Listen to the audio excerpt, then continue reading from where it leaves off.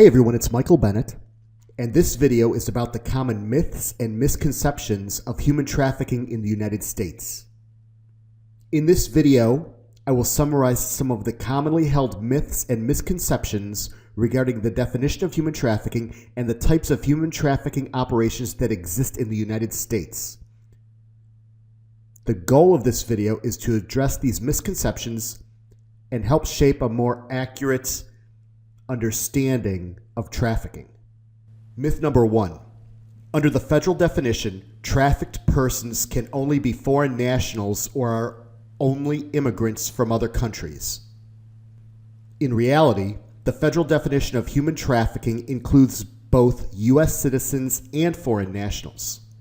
Both are equally protected under the federal trafficking statutes and have been since the TVPA of 2000. Human trafficking encompasses both transnational trafficking that crosses borders and domestic or internal trafficking that occurs within a country. Statistics on the scope of trafficking in the U.S. are only accurate if they include both transnational and internal trafficking of U.S. citizens as well as foreign nationals. Myth number 2 is trafficking is essentially a crime that must involve some form of travel, transportation, or movement across state or national borders. In reality, the legal definition of trafficking, as defined under the federal trafficking statutes, does not require transportation. Although transportation may be involved in the crime, and although the word connotates movement, human trafficking is not synonymous with forced migration or smuggling.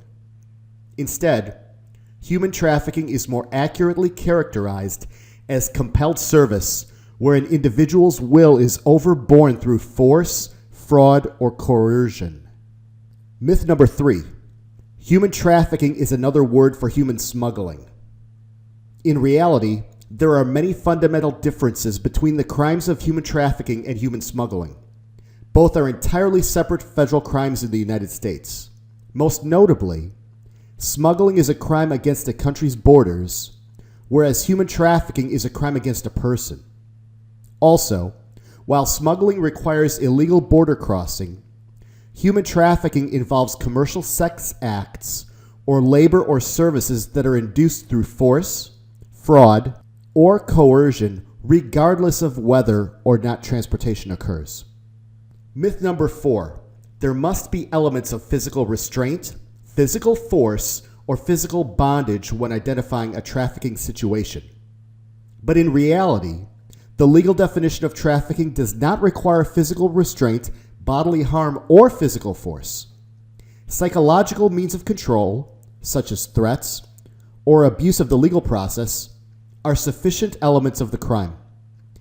Unlike the previous federal involuntary servitude statutes, the new federal crimes created by the Trafficking Victims Protection Act, or TVPA, of 2000 were intended to address subtler forms of coercion and to broaden previous standards that only considered bodily harm. Myth number 5. Victims of trafficking will immediately ask for help or assistance and will self-identify as a victim of a crime. In reality, victims of trafficking often do not immediately seek help or self-identify as victims of a crime due to lack of trust, self-blame, or training by the traffickers. It is important to avoid making a snap judgment based on the first interviews and to understand that trust will take time to develop. Continued trust building and patient interviewing is often required to get the whole story. Myth number 6.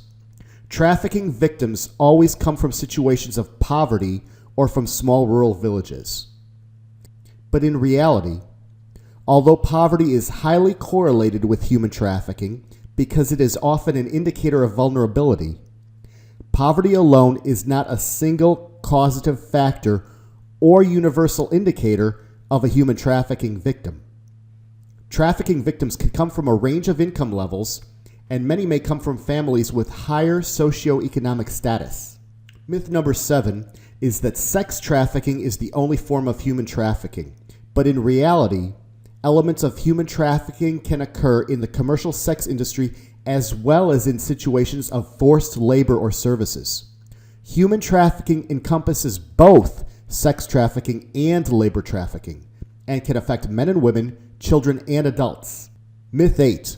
Human trafficking only occurs in illegal underground industries.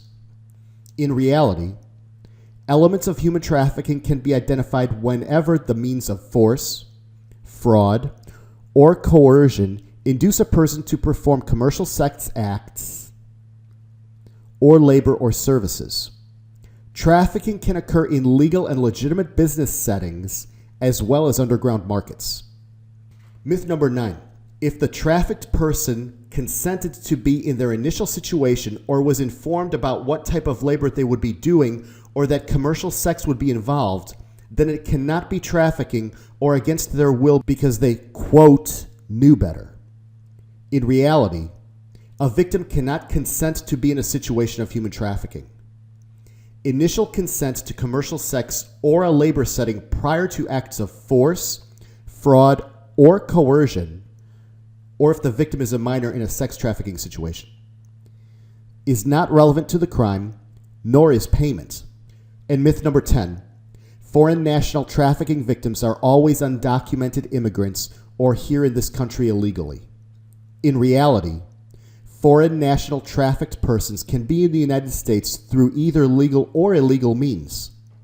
Although some foreign national victims are undocumented, a significant percentage may have legitimate visas for various purposes. Not all foreign national victims are undocumented. Well, I want to thank you for your attention during this video. I hope that you found the information in it useful. And I want to thank the Polaris Project for compiling this document, which has been the source of the data for this video. Now, I would encourage you to check out the Polaris Project's website. This not-for-profit organization also runs the National Human Trafficking Hotline, which I'm a financial supporter of. And if this is an issue that you are also passionate about, then I would encourage you to support them. You can also find more information about human trafficking on the FBI website. And there's also a part of the site for the Department of Homeland Security. I would like to thank you for your attention, and I hope that you found this helpful.